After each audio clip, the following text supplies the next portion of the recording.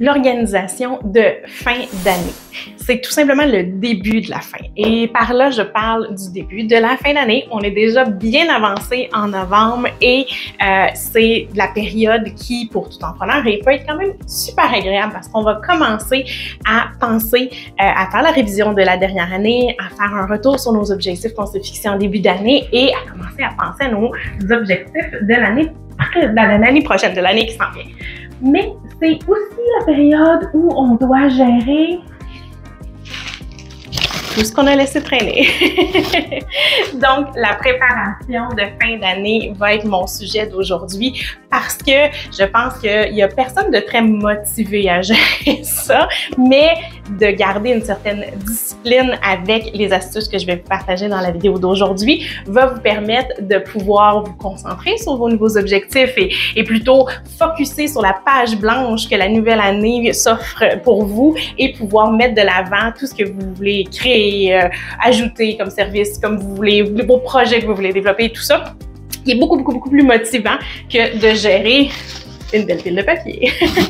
Donc, dans la vidéo d'aujourd'hui, je regarde avec vous mes 3 astuces pour rendre l'organisation de fin d'année beaucoup plus sereine et vous permettre d'éviter d'avoir trop de papier d'accumuler.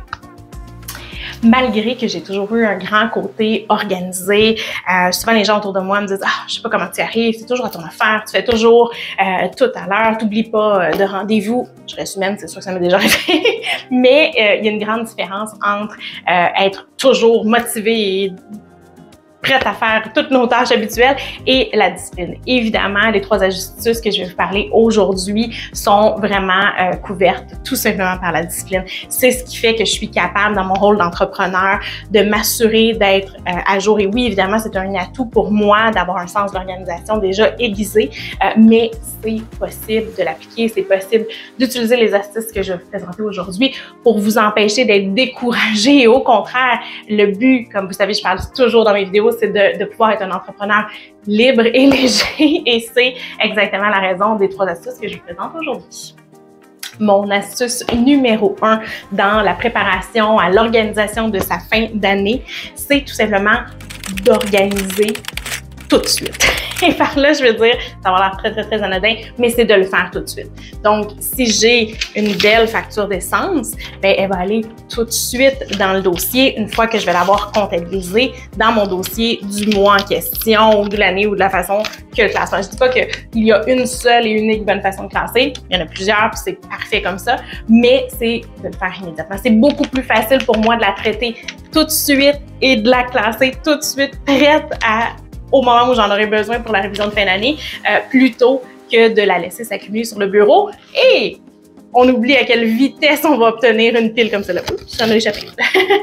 Mais c'est donc de le faire tout de suite. Le petit 2 minutes que ceci va me prendre va me sauver des heures et des heures de classement, d'organisation et de risque, évidemment, par le risque de perdre une de ces copies-là qui va enchaîner les conséquences pour mon entreprise. Donc, le but est de pouvoir s'assurer que ce petit 2 minutes-là peut faire une très grande différence pour nous en fin d'année. Et on va être honnête, il n'y a personne qui a envie de faire ça non plus. Donc, de le faire tout de suite, évidemment, la jolie pile ici, c'est la graciosité de mon conjoint que j'aime et que j'adore, mais qui prend l'habitude de prendre ses petites factures et de les lancer dans la console de son camion. Évidemment, la bonne réponse à ce scénario serait d'apporter celle-ci et de la déposer sur mon bureau à chaque fin de journée. Mais évidemment, pas de bon, pas de mauvais, on essaie de pouvoir traiter ça au fur et à mesure et du mieux qu'on peut. Par contre, l'astuce ici reste de le faire immédiatement parce que on peut être surpris à quel point ces petites piles peuvent devenir complètement exponentielles. Ensuite, l'astuce numéro 2, tant qu'à elle, va être de faire des tournées mensuelles. Évidemment, quand je donne l'exemple d'un reçu, c'est une dépense unique, c'est pas quelque chose de récurrent.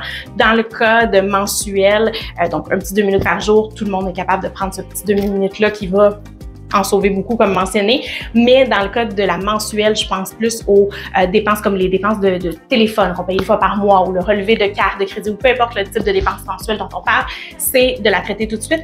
Et surtout, j'ajoute une petite étape dans le côté mensuel, ça va être déjà de le prévoir pour notre fin d'année. Donc, si, comme beaucoup maintenant, on envoie tous nos documents de façon électronique, bien, moi, je vais venir tout de suite numériser mon document.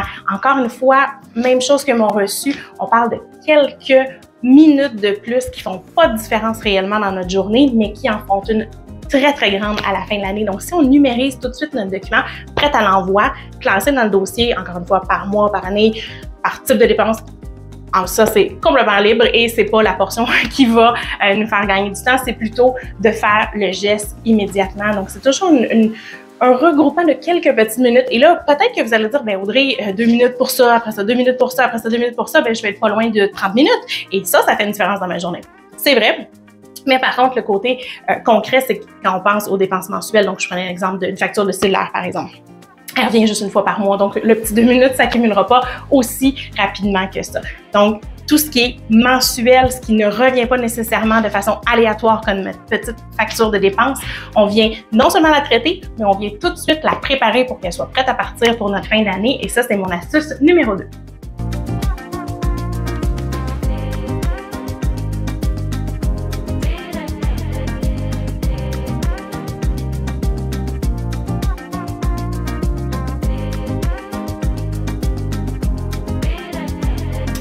Comme je le mentionnais au tout début de la vidéo, le principe d'appliquer les astuces, les 3 astuces que je partage aujourd'hui, c'est tout simplement de pouvoir profiter au maximum de sa vie d'entrepreneur parce que je crois fondamentalement que ça apporte de magnifiques avantages d'être entrepreneur, mais ça apporte aussi une certaine charge qui repose pratiquement uniquement sur nos épaules et c'est là où toutes ces petites astuces-là, même s'ils semblent très petites ou très minimes, vont s'additionner et faire une grande différence à la fin de notre mois ou, dans ce cas-ci, de notre année.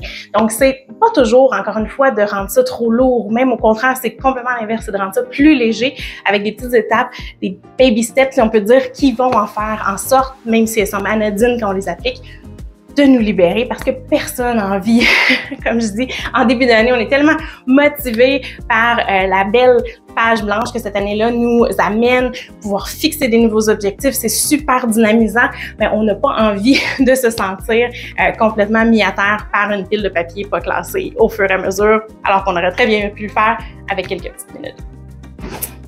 Mon astuce numéro 3, tant qu'à elle, va résider dans la phrase 7 ans et moins. Au Québec, on a besoin de conserver en entreprise nos papiers pendant 7 ans. Donc, que ce soit des papiers vraiment pour la portion comptabilité ou tout le roulement, tout ce qui s'est passé dans notre entreprise, mon astuce numéro 3 réside en fait dans le principe d'avoir 7 bacs pour pouvoir faire le roulement de nos années. Donc, on ne se pose pas de questions, on n'a pas de risque non plus de perdre de temps dans mes anciens bacs, les storer, les classer, aller les vérifier, qu'est-ce que j'avais mis dedans, est-ce qu'il y a quelque chose que je peux avoir besoin ou tout simplement avoir peur de jeter un papier qu'on aurait donc peut-être dû garder. Donc, le principe dans les 7 bacs, on met nos 7 années précédentes, on va chercher le plus vieux, on le ramène et là, il devient celui de notre classement. Donc, comme présentement en préparation de fin d'année, je vais bientôt descendre et aller chercher mon bac le plus vieux pour pouvoir le ramener et préparer la transition de mes papiers actuels et aussi me donner le temps de disposer, de bien recycler, de bien prendre en charge les papiers qui sont là de façon le plus possible écologique pour pouvoir être prête à accueillir les nouveaux papiers quand l'année va être complétée. Donc, 7 ans et pas plus pour éviter la surcharge, évidemment, mentale, la surcharge de classement, la surcharge de recherche qui ne sera pas nécessaire. On garde nos 7 bacs et à ce moment-là, on s'assure d'avoir le bon nombre de quantités de rangement pour chacune de nos années qui est nécessaire de garder. Simple, efficace, puis à ce moment-là, rien ne sera perdu. Donc, 7 ans et moins par la suite, au revoir.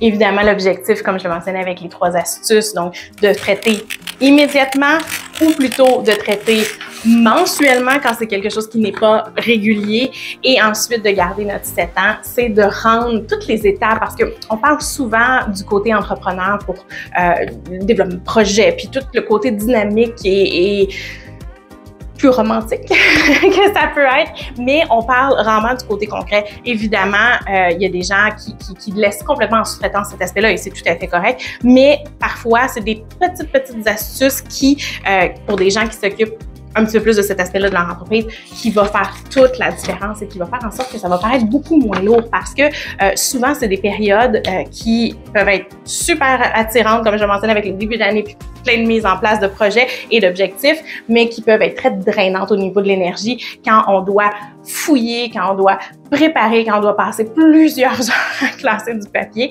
Donc, ces 3 astuces-là vont nous permettre de ne pas perdre de papier, ce qui va être très bénéfique pour nous, va nous permettre que ce soit facile, efficace et surtout ne pas prendre beaucoup d'heures. Donc, 3 astuces à appliquer, on traite immédiatement, on classe mensuellement et on le prépare même pour quand on va devoir pouvoir l'envoyer de façon électroniquement. Et 7 ans, 7 bacs, aussi simple que ça.